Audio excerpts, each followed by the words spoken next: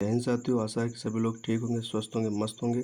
भाइयों, आज आपकी विशेषण की क्लास पहली क्लास है। आप लोग देखिए, ये विशेषण विशेषण विशेषण एक विकारी शब्द होता है, ठीक है। गुणवाचक विशेषण, परिमाणवाचक विशेषण, संख्यावाचक विशेषण, सर्वनामिक विशेषण। विशेषण कितने प्रकार के होते हैं? विशेषण 4 प्रकार के होते हैं, ठीक है। विशेषण कितने प्रकार? 4 प्रकार के होते हैं, ठीक है। कितने प्रकार के? कितने प्रकार के? कितने प्रकार के होते हैं? प्रकार के तो 4 प्रकार के होते हैं, ठीक है। विशेषण 4 प्रकार के होते हैं। विशेषण विशेषण विशेषण जो शब्द संज्ञा अथवा सर्वनाम की विशेषता प्रकट करते हैं, उन्हें हम विशेषण कहते हैं। जो शब्द संज्ञा अथवा सर्वनाम की विशेषता प्रकट करते हैं, उन्हें हम विशेषण कहते हैं, ठीक है। विशेषण विशेष विशेष क्या है? देख लीजिएगा, विशेष क्या है?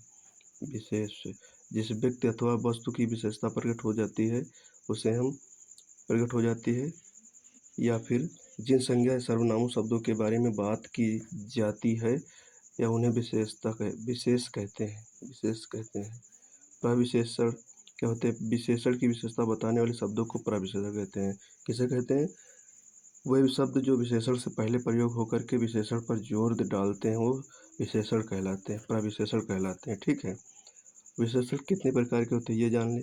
विशेषण 4 प्रकार के होते हैं, जैसे गुणवाचक, परिमाणवाचक, संख्यावाचक और सार्वनामिक विशेषण, ठीक है। चलिए आगे बढ़ते हैं। दोस्तों। सर्वनाम, सर्व मतलब वाह। जो सर्वनाम जो सबके आगे नाम लगता है, वो सर्वनाम होता है। जैसे वाह, या, ये सब इस प्रकार शब्द होते हैं। जैसे उदाहरण में देखिएगा, राम बहुत सुंदर गाता है।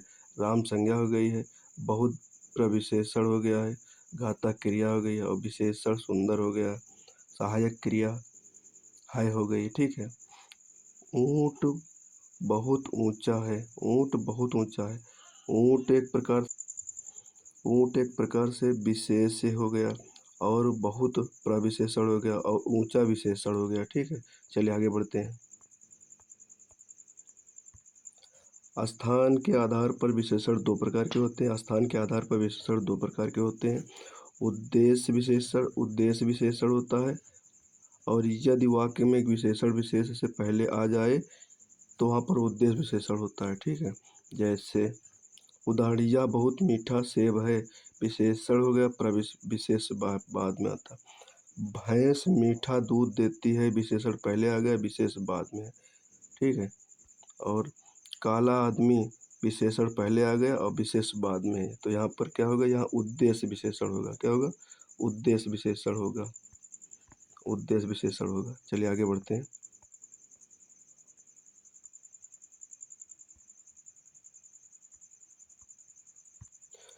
विधेय विशेषण यदि वाक्य में विशेष विशेषण से पहले आ जाए, वहाँ पर विधेय विशेषण होता है। जैसे आज मौसम सुंदर है।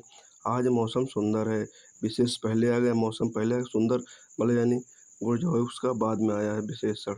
व्यक्ति ईमानदार है, व्यक्ति विशेष है, और ईमानदारी विशेषण है, ठीक है। चलिए आगे बढ़ते हैं। विशेषण मुख्यतः संरचना के प्रयोग के आधार पर 4 प्रकार के होते हैं।